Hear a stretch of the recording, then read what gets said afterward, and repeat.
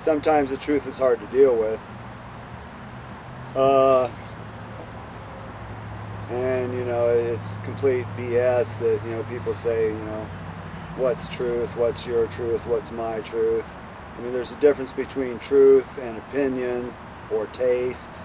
I mean, to me, the best ice cream in the world is chocolate, but that's not the truth, that's my opinion. I know that steel melts at a certain temperature, and that's a truth. It always melts at that temperature. It's not a matter of opinion. You can measure it in Celsius or Fahrenheit, but it's, you know, you get it up to that heat, and it's going to melt at that temperature. So if you're a scientist and you're working with steel, and it's your opinion that steel melts at a different temperature than it actually does, then your experiment's never going to turn out right, and you're going to be working on some project for years and years and years and never get anywhere. So getting the mind the truth and reconciling that with what's already in there, the media, the mind control of our government, world, banksters, has got a lot of just complete, utter nonsense out there that it's hard to overcome because you see so many reminders of it, and you know, that's, you know, I don't want to get into what it is too much right now, but basically, you know, to have a healthy mind, you got to be operating in the truth, and you got to be an honest person, and sober.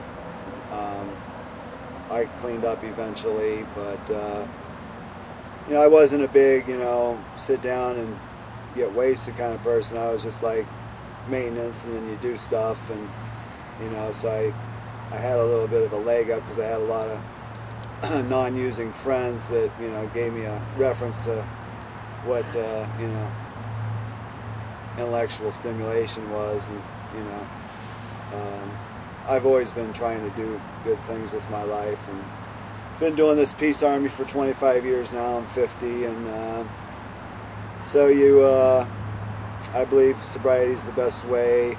I've gotten a lot more done. I can think of a lot more details. It's just a real blessing. You know, I went through the AA program. I got into it for 6 months, and read the 3rd and 11th step prayers every morning, a little bit of the big book, a little bit of the Bible, a little bit of the daily word, a little pamphlet my mom. We still got them from like 76. You know, good bathroom reading. But the thing I had a problem with AA is it's you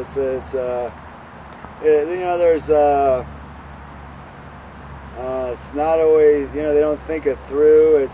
There's a futility syndrome out there that's everywhere, that it doesn't matter, it's not your responsibility. But we're in a country of we the people, by the people, and for the people. So of course it's our responsibility to take care of our nation. That's what democracy is about. It's actually a republic. It's a group of people agreeing to basic rules and working within those rules. It's not like, you know, we all vote to, you know, have popcorn tonight, and you know, there's not enough popcorn for next week. So, you know, but you know, democracy is like mob rule. Republic is basic framework that everybody agrees to. So anyway, I was listening to a person's lead the other day, and they, you know, I think we're sober a couple years, and they start their talk with, I'm powerless over people, places, and things, and I'm so grateful that I know that. And you know, it's like, come on now, you know, I mean, I think that's a first step issue where you're powerless. You give your power over to God and the group. Then you start being a person again, a man, a woman. If you're truly powerless over people, places, and things, you wouldn't pick up your keys, you wouldn't drive your car, You wouldn't try to convince people of things. You wouldn't, do anything. I've heard people say that, what was it? I was like saying that, Bill W., he started this thing called AA out of nothing. How powerless was he? I mean, if Bill W. had said, well, I'm powerless over people, places, and things, and that's all I got to do, well, he would just sit around. So, I was really hoping to get some sober people into this peace movement that I'm involved in, and they're basically being sober, staying sober, talking about being sober, and doing it soberly. And they're sober. The world's going to hell in a handbasket, and that's not their issue. Their issue is staying sober, getting other people sober, talking about being sober, and doing it soberly, which is maybe all they can do. So God bless them, more power to them. I was really glad they were there when I showed up. I'm a little frustrated that, along with a lot of other things, groups, people don't mentally think it's within their sphere to be responsible for.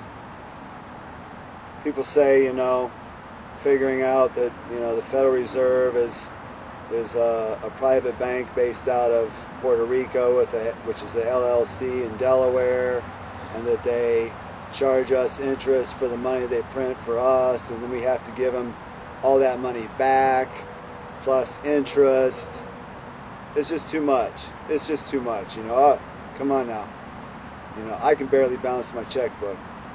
But you hear the same people talking about Brett Favre last year being 3-0 until he broke his ankle, and then his mom had a heart attack right after that, and it was really tough on him. And then, Steve Johnson had to come in, and Steve Johnson's record was like 6-3 until the third game of the fourth quarter.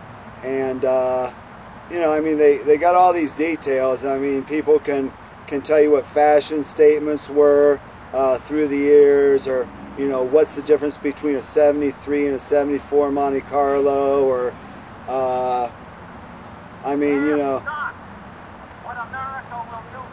Oh, that's my ringtone. No, I just want him to hear that. What'd you say? Ask not what America will do for you, but what together we can do for the freedom of man. All right, I will. Thanks, John.